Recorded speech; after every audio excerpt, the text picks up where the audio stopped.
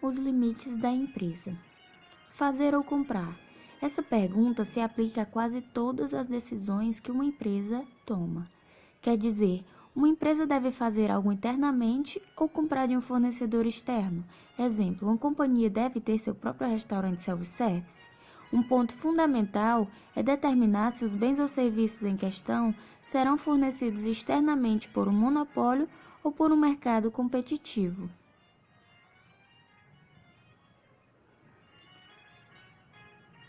Em geral, os gerentes preferem comprar bens e serviços em um mercado competitivo sempre que estiverem disponíveis. A segunda melhor escolha é negociar com um monopolista interno. A pior escolha de todos em termos de preço e qualidade de serviço é fazer negócios com um monopolista externo. À medida que a tecnologia muda, muda também o que costuma ser interno às empresas.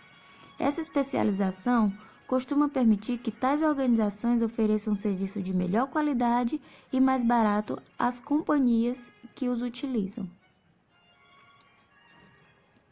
Fatores fixos e variáveis. Referimos-nos a um fator de produção com uma quantidade fixa como um fator fixo. Se o fator puder ser utilizado em quantidades diferentes, denominamo-lo de fator variável. Não há uma fronteira rígida entre curto e longo prazo. O período exato de tempo envolvido depende do problema em exame. A distinção entre os fatores fixos e os quase fixos às vezes é útil na análise do comportamento econômico da empresa. Fatores fixos de produção são aqueles que a empresa é obrigada a pagar, mesmo que decida produzir zero. Exemplo, aluguel de espaço físico, salário de colaboradores e etc.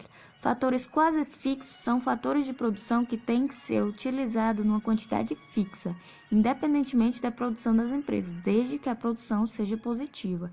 Exemplo, matéria-prima, hora extra dos colaboradores, entre outros. Maximização do lucro no curto prazo.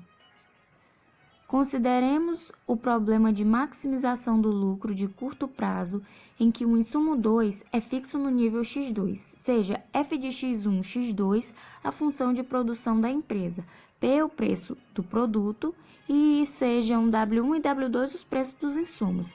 Então, o problema de maximização do lucro com que a empresa se depara pode ser descrito como a função abaixo.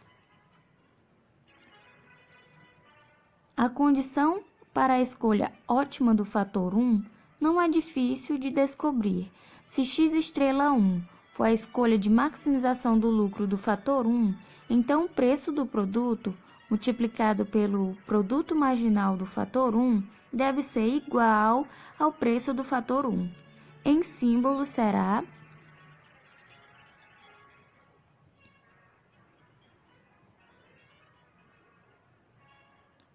Em outras palavras, o valor do produto marginal de um fator deve ser igual ao seu preço. Em uma escolha de insumos e produtos que maximizam lucros, o valor do produto marginal deve ser igual ao preço do fator W1. Podemos derivar a mesma condição de maneira gráfica. A linha curva representa a função de produção que mantém o fator 2 fixo em x2. Ao utilizarmos y para representar a produção da empresa, os lucros são dados pela equação abaixo. Resolvendo a outra expressão para y com a produção com função de x1, deveremos ter essa equação. Essa equação descreve as retas isolucro, que são combinações de insumos e de produtos que fornecem um nível constante de lucro π. À medida que π varia, obtemos uma família de retas paralelas com uma inclinação W1 sobre P, e cada uma delas com o intercepto π sobre P, mais W2, x2 sobre P, que mede os lucros. O problema da maximização do lucro é então achar um ponto da função de produção que esteja associada com a reta isolucro mais alta, condição de tangência, onde a inclinação da função de produção deve igualar a inclinação da reta de isolucro. Essa condição pode ser descrita como a equação abaixo. Maximização do lucro. a empresa escolhe a combinação de insumos e produtos que se localiza sobre a reta isolúcra mais alta. Nesse ponto, a maximização do lucro é x 1 estrela, y 1 estrela.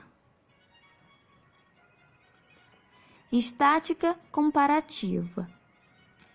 A escolha de insumos e produtos de uma empresa varia à medida que variam os preços dos insumos e dos produtos. Isso nos fornece um modo de analisar a estática comparativa do comportamento das empresas. Observando os gráficos.